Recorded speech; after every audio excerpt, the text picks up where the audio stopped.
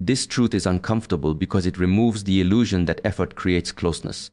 What we often call desire is, in reality, fear wearing the mask of longing. Genuine desire is quiet, it is steady, it does not rush, it does not plead, it does not feel the need to secure or control. Inner lack, however, is restless, it is loud, it demands reassurance, and when this lack goes unnoticed, it begins to move outward in the form of chasing. When someone chases, they are not responding to the other person, they are responding to an internal emptiness. The mind begins to say, if I do not act, I will lose. This belief creates urgency. Urgency creates pressure. Pressure is felt immediately. Even without words, the body tightens. The tone changes. The energy shifts from openness to grasping. Genuine desire does not need to convince. It is content to exist whether it is reciprocated or not. It does not collapse when unanswered. It does not panic in silence. Desire rooted in wholeness says, I enjoy you, but I am not dependent on you.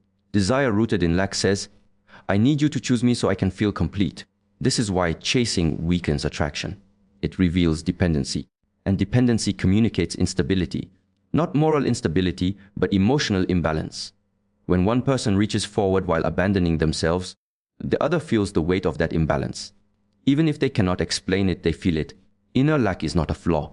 It is an unexamined wound.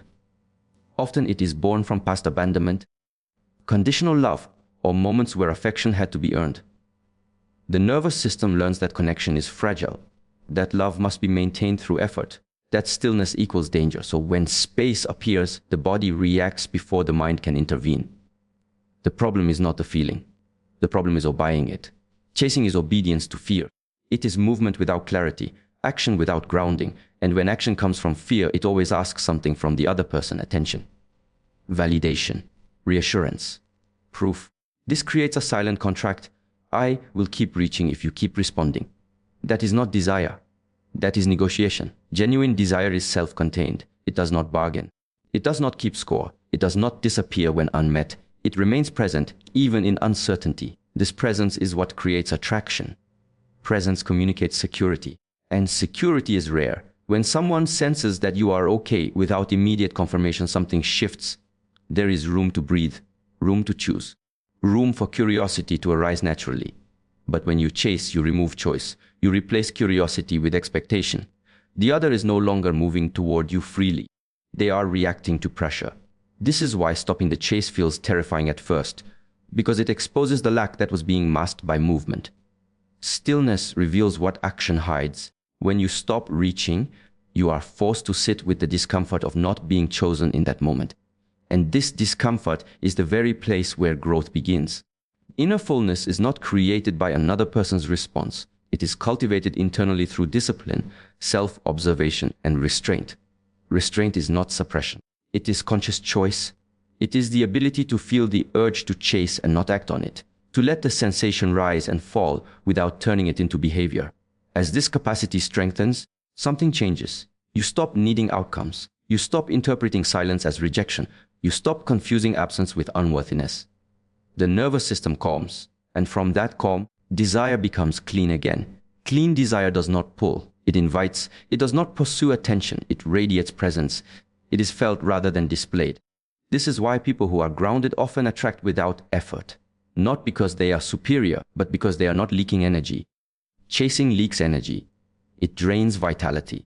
It places your emotional state in someone else's hands.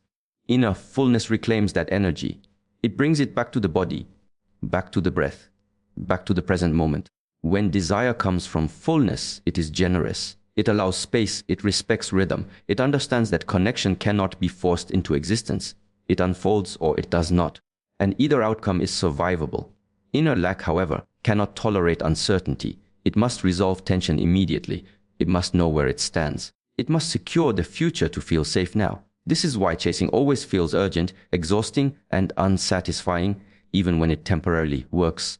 Because the moment you gain reassurance, the lack returns, asking for more proof, more contact, more closeness, more certainty, creating a cycle that never stabilizes, where desire becomes effort. Effort becomes expectation, and expectation slowly erodes the very attraction it was trying to preserve. This is difficult to accept in a culture that teaches movement as solution and action as proof of care. Presence appears passive to the restless mind. It feels like doing nothing. But presence is not absence of action. It is the absence of inner fragmentation. It is the state of being fully rooted where you are, without leaning forward to secure what has not yet arrived. Pursuit comes from anticipation. Presence comes from arrival. When someone is present, they are not living ahead of themselves. They are not rehearsing outcomes. They are not calculating responses. Their attention is grounded in the moment, and this grounding creates a subtle authority that cannot be imitated. Attraction does not respond to effort the way achievement does. It responds to coherence. Coherence between what is felt, what is thought, and what is expressed. Presence is coherence made visible. When you are present, there is no inner argument, no silent negotiation, no attempt to manipulate timing or emotion. What you feel aligns with how you move, and this alignment is felt immediately by others. Pursuit fractures this alignment. The moment you pursue, you move ahead of your center. Your body remains here, but your attention is already there, reaching, hoping, waiting for confirmation. This split creates tension. Tension is sensed as need. Need repels because it demands. Presence, by contrast, offers without demand. When someone feels your presence, they feel no urgency to perform, no pressure to reassure, no obligation to respond in a certain way. This freedom is what allows attraction to emerge naturally. Desire grows where there is room. Presence creates room. Pursuit fills it. Many believe attraction is intensified by consistency of contact. But attraction is intensified by consistency of self. When you remain internally steady regardless of response, you communicate something rare: emotional independence, not detachment, independence. The ability to connect without collapsing. Presence communicates safety, not safety in the sense of predictability, but safety in the sense of stability. The nervous system recognizes it instantly. It relaxes, and when it relaxes, curiosity awakens. Curiosity is the beginning of attraction. Pursuit bypasses curiosity. It answers questions before they are asked. It removes mystery. It leaves no silence for imagination to work. Presence respects silence. It does not rush to fill it. It understands that silence is not emptiness but space. In presence, you are not performing connection. You are allowing it. You are not attempting to be chosen. You are allowing yourself to be seen. This difference is subtle but profound. Performance seeks approval. Presence offers authenticity. Attraction does not grow toward what is trying to be attractive. It grows toward what is real. Presence is real because it is unforced. It does not need strategy. It does not monitor reactions. It does not adjust itself to maintain interest. It remains as it is. Pursuit, on the other hand, is reactive. It adjusts constantly. It watches for signs. It interprets pauses as problems. It mistakes stillness for danger. And in doing so, it transmits anxiety rather than confidence. When you are present, your energy is contained. You are not leaking attention through overthinking or over-communicating. This containment creates density, and density is magnetic. People feel drawn not because you are pulling them, but because something in you feels solid. Presence also allows choice. Real attraction requires choice on both sides. Pursuit removes choice by applying pressure. Even subtle pressure is pressure. It asks for movement before readiness. It invites reaction instead of desire. When presence is strong, the other person moves when they are ready, and if they do not move, presence remains intact. This is the discipline. To stay rooted even when outcomes are uncertain. To resist the urge to chase clarity. To allow time to reveal truth. Attraction that grows in presence grows slowly, but it grows deeply. It is not fueled by adrenaline or fear of loss. It is fueled by recognition. Recognition of steadiness, recognition of depth, recognition of someone who is not trying to extract something, but is simply there. Presence is felt in listening without interruption, in speaking without over-explaining, in responding without rushing, in pausing without apologizing. These are not techniques. They are expressions of inner alignment. The more you cultivate presence within yourself, the less you feel compelled to pursue externally. You stop confusing intensity with intimacy. You stop mistaking movement for meaning. You begin to trust that what is aligned does not need to be chased. And in that trust, attraction begins to move on its own, quietly, steadily, toward what feels grounded, open, and whole. This is not a rule of relationships alone, but a principle of life. Wherever force appears, tension follows. Wherever tension exists, flow disappears. The human mind often believes force is strength, that pushing harder will produce results faster. But force is usually a sign of impatience, and impatience is a sign of mistrust in timing. When something is forced, it is moved before it is ready. Readiness cannot be demanded. It emerges naturally when conditions are right. Forcing ignores conditions. It ignores rhythm. It ignores the invisible process unfolding beneath the surface. And because it ignores these things, resistance rises as a form of self-protection. Resistance is not rebellion. It is preservation. When a person feels pushed, their system tightens. Even if they agree outwardly, inwardly they pull away. This is why forced affection feels heavy. Forced conversations feel draining. Forced closeness feels uncomfortable. Something inside recognizes that the movement is not organic. Force often comes from fear. Fear of waiting. Fear of uncertainty. Fear of losing control. The moment fear enters, the mind seeks to accelerate outcomes. It wants guarantees. It wants reassurance. It wants certainty now. But life does not respond to demands. It responds to alignment. In relationships, force appears subtly. It hides in repeated questions, emotional pressure, unspoken expectations, and the need for immediate clarity. None of these appear aggressive on the surface. Yet they carry weight, and weight restricts movement. When someone feels that they must respond a certain way to keep peace, attraction fades. When someone feels they are being pulled instead of invited, their autonomy contracts. Desire cannot exist where freedom is compromised. Desire needs space to arise naturally. Force creates resistance because it violates inner sovereignty. Every person has an internal pace. When that pace is ignored, the nervous system reacts. Sometimes through withdrawal, sometimes through avoidance, sometimes through silence. These reactions are often misinterpreted as disinterest when they are actually responses to pressure. What is not forced feels light. It feels optional. It allows choice. Choice is essential for genuine connection. Without choice, there is compliance, but compliance is empty. It carries no vitality. Force also distorts perception. When you push, you stop listening. You become attached to outcome rather than awareness. You interpret signals through desire instead of truth. Resistance then becomes confusing because it was never acknowledged as feedback, only as obstruction. In contrast, presence invites cooperation. It does not demand movement. It creates an environment where movement feels safe. Safety relaxes the system. A relaxed system opens. And openness allows attraction, trust, and intimacy to develop without struggle. This is why forcing conversation rarely brings clarity. Forcing commitment rarely brings security. Forcing connection rarely brings closeness. The result may appear successful temporarily, but beneath it sits resentment, exhaustion, or emotional distance. Force is exhausting because it requires constant effort. You must keep pushing to maintain the outcome. You must manage reactions. You must anticipate resistance. Natural connection requires far less energy because it moves on its own momentum. Resistance is nature's response to imbalance. It appears wherever one side is overextended and the other is overwhelmed. The solution is not more force.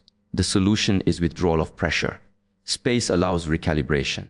Silence allows integration. Time allows truth to surface. Many fear that removing force means losing control. But control gained through pressure is unstable. The moment pressure is removed, the structure collapses. What remains only when force is absent is what is real. When you stop forcing, you regain dignity. You stop negotiating your worth through behavior. You stop measuring value through response.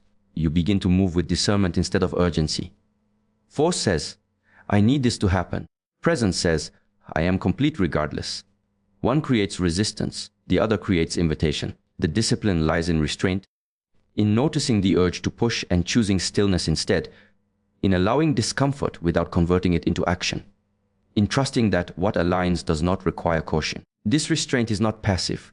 It is intentional. It is strength that does not announce itself. It is patience rooted in self-respect.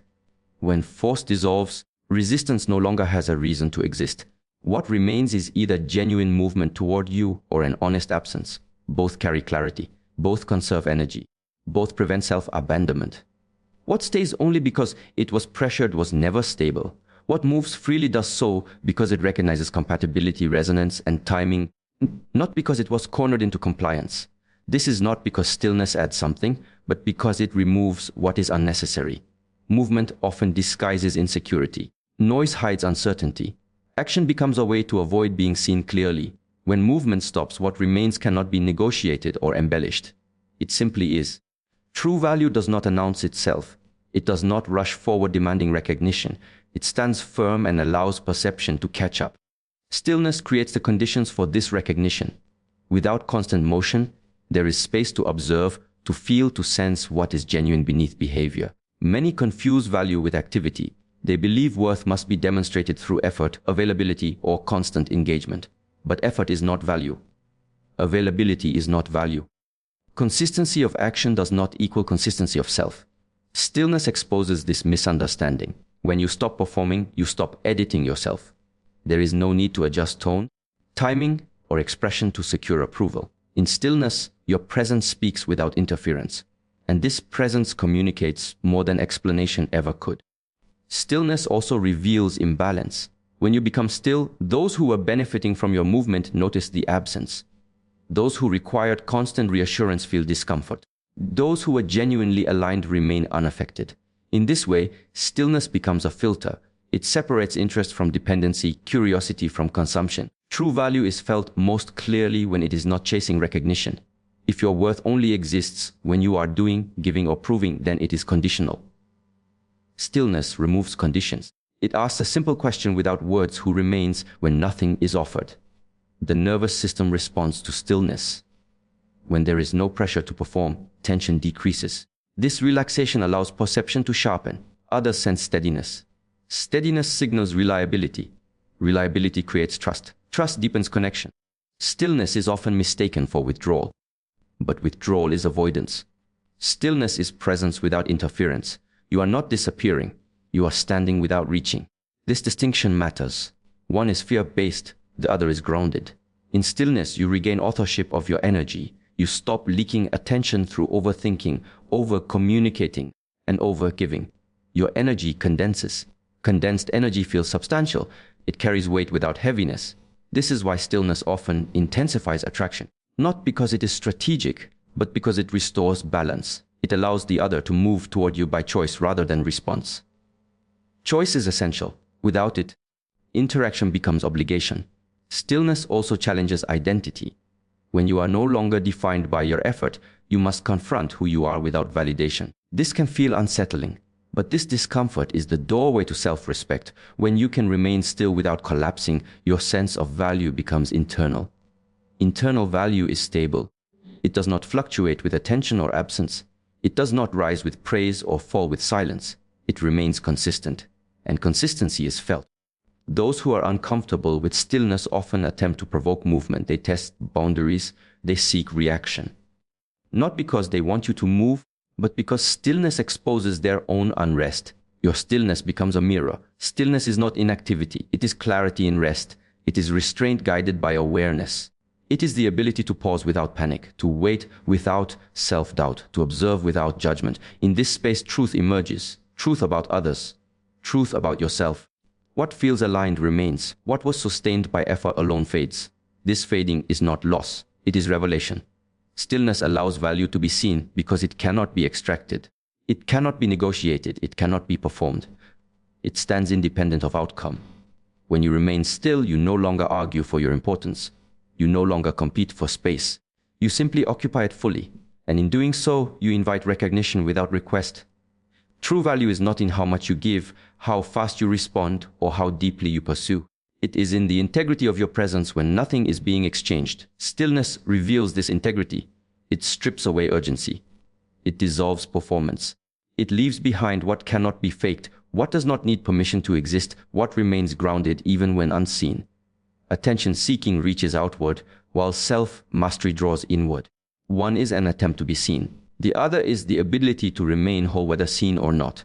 This difference is subtle, but it changes everything in how attraction forms and how respect is sustained. Attention-seeking is driven by hunger. It wants reaction, validation, response. It measures worth through feedback. When attention is received, there is temporary relief. When it fades, anxiety returns. This cycle keeps the mind restless and dependent. Self-mastery ends this cycle by removing the dependency altogether. A person who has self-mastery does not rush to be noticed. Their focus is not scattered. Their emotions are regulated rather than displayed. They respond instead of react. This containment creates gravity. Others feel it instinctively because regulated energy feels safe. stable, and grounded. Attention seeking is noisy. It fills silence quickly. It explains too much. It reveals too fast. It offers itself before being invited. In contrast, self-mastery is quiet. It does not need to announce depth. It allows time to reveal character naturally. Magnetism does not come from expression alone. It comes from restraint. The ability to feel deeply without acting impulsively. The ability to desire without pursuing recklessly. The ability to care without collapsing. These abilities are rare, and rarity creates value. Self-mastery creates consistency. Not consistency of performance, but consistency of self. You know where you stand internally regardless of external response. This internal steadiness communicates confidence without words. Confidence that does not seek confirmation is felt as authority. Attention seeking often disguises itself as openness or passion, but beneath it is fear of being overlooked, fear of being replaced, fear of not mattering. These fears leak through behavior even when intentions are good. The nervous system of others senses this imbalance and responds with distance. Self-mastery does not eliminate fear. It observes it without obedience. The urge to reach, to message, to explain, to secure is felt but not acted upon automatically. This pause changes the entire dynamic. Instead of reacting, you choose. Choice is magnetic. When your actions are chosen rather than compulsive, they carry weight. Each word lands with clarity. Each gesture feels intentional. Nothing is wasted. Those who seek attention often give too much too soon. They overextend emotionally. They attempt to accelerate intimacy. But intimacy cannot be rushed. It forms through trust, and trust forms through reliability. Reliability requires regulation. Self-mastery is regulation practiced daily. It is the discipline of maintaining inner order even when emotions rise. This discipline is not suppression. It is integration. Feelings are acknowledged, but they do not dictate behavior. When someone sees that you can sit with discomfort without externalizing it, respect forms. Respect deepens attraction more than excitement ever could. Excitement burns fast. Respect endures. Attention-seeking places power outside the self. It waits for others to decide worth. Self-mastery reclaims that power. Worth is no longer debated. It is assumed internally. This internal assumption changes posture, tone, timing, and presence. You stop leaning forward energetically. You stop scanning for approval. You stop performing connection. Instead, you occupy space calmly. People are drawn to those who are at ease within themselves. Ease suggests depth. It suggests emotional capacity. It suggests someone who will not collapse under pressure or demand reassurance at the first sign of uncertainty. Self-mastery also creates mystery, not through because information is hidden deliberately, but because it is not over-distributed. Mystery arises naturally when someone does not reveal everything in an attempt to be liked. Curiosity grows where there is pacing. Attention seeking tries to secure connection by exposure. Self-mastery allows connection to unfold. One rushes. The other trusts. Trust is magnetic. Trust that you will be okay regardless of outcome. Trust that alignment does not need chasing. Trust that what recognizes your steadiness will move toward it voluntarily. This does not make someone cold or distant, it makes them anchored. Warmth expressed from stability feels genuine. Warmth expressed from need feels heavy. Self-mastery creates boundaries without defensiveness. It allows closeness without entanglement. It makes presence feel intentional rather than consuming. When attention is no longer the goal, presence becomes richer. You listen fully. You speak precisely. You act deliberately. This precision is felt as maturity. Maturity is attractive because it promises safety without control, depth without chaos, connection without dependency. The more you master yourself, the less you need to advertise your value. And the less you advertise, the more your value is discovered naturally through consistency, restraint, and grounded presence that does not fluctuate based on who is watching. Chasing is an energy that moves outward, constantly seeking feedback, reassurance, and validation from someone else. It is born from uncertainty, from fear of loss, from the deep, unspoken worry that what you desire may slip through your fingers if you pause for even a moment. In chasing, the mind becomes tangled, creating questions that multiply endlessly. Am I enough? Does he care? Why did he not respond? What does this mean? These questions swirl without resolution because chasing demands results from others instead of grounding in yourself. Stopping the chase shifts the axis inward. Suddenly, attention returns to the present moment, to the body, to the breath. Energy that was leaking into attempts to influence or control another person now remains contained. The nervous system, previously scattered with urgency and anticipation, begins to settle. In this settling confusion, the mental fog that had been filling every space begins to dissolve.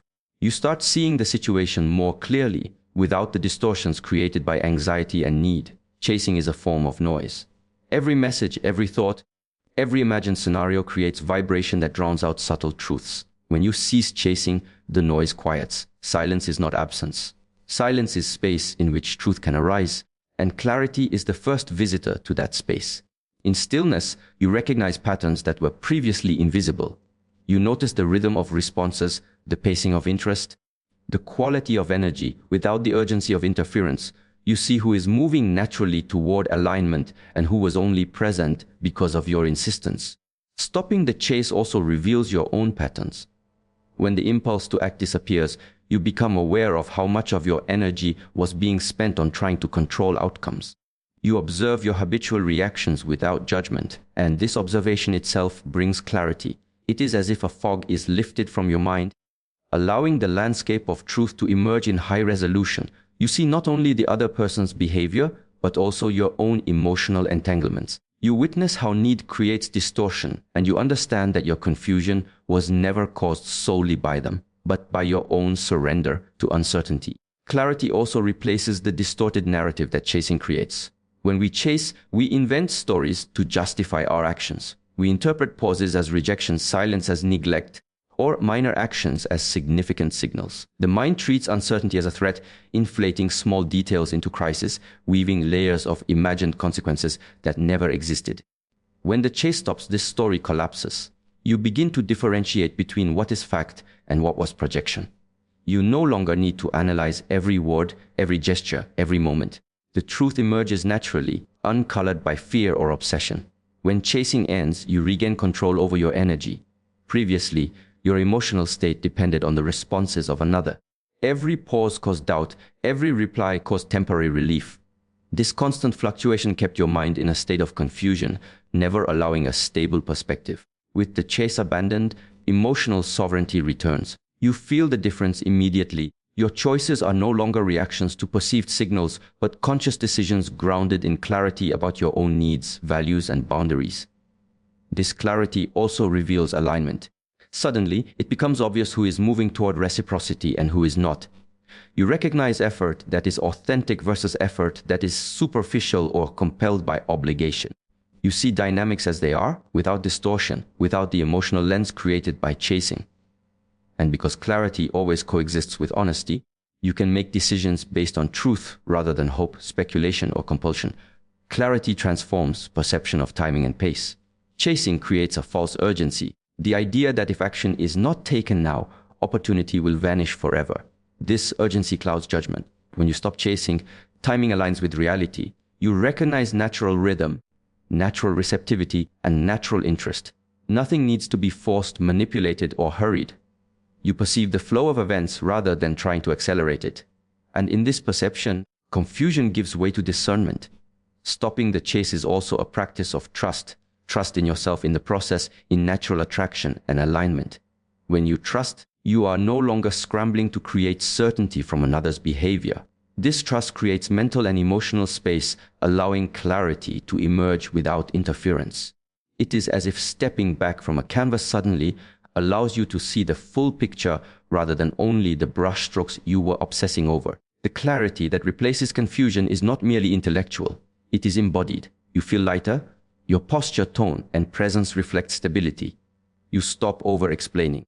You stop negotiating your worth through action. Your energy consolidates and becomes magnetic in a completely different way because clarity communicates confidence and coherence that chasing can never produce. You begin to see the difference between connection that is organic and connection that was sustained through effort. You recognize your own worth without needing constant reinforcement. Stopping the chase, therefore, is a practice of alignment. It is the removal of all distortions created by need. It is the cessation of mental spinning, emotional reactivity, and compulsive attempts to secure attention or affection. In this stillness, clarity moves in to occupy the space that confusion had filled, allowing perspective, truth, and insight to flourish allowing decisions to emerge naturally and allowing perception to function unclouded by the fog of anxiety and projection.